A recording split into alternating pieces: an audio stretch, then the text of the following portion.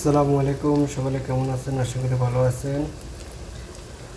মুরগি ফাঁক করতেছি, ভাত পাকাইছি। দেখেন সাদা ভাত মুরগি। ইনশাল্লাহ আজকে রাত্রে এটা এখানে হবে। ডিউটির থেকে আসছি আর সে ফাঁক করতেছি।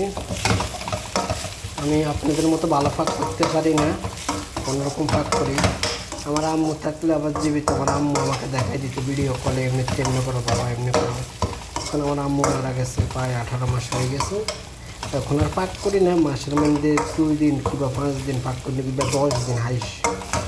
কোনো মাসে পাকও করি না, কিনলে ভালো লাগে না। আমার আম্মু মারা যাবার পরের থেকে তখনই আর আলহামদুলিল্লাহ আপনাদের দোয়া আছি, ভালোই আছি। আল্লাহ পাকে রাখছি, পৃথিবী থেকে মা বাপ লেগে গেছে, এটাই কত আর ভালো বোঝেন না পৃথিবীতে যার মা বাপ নেই। দেখেন আগে পেঁয়াজ চেষ্টা করে এইসব করবেন, লাল লাল হবে, তারপর হলুদ মরিচ, এডিনের গুঁড়ো মরিচ সব কিছু দিয়ে, রসুন বাটা, আটা বাটা সব কিছু দিয়ে ইনশাল্লাহ পরে মুরগি দিয়ে দিবেন।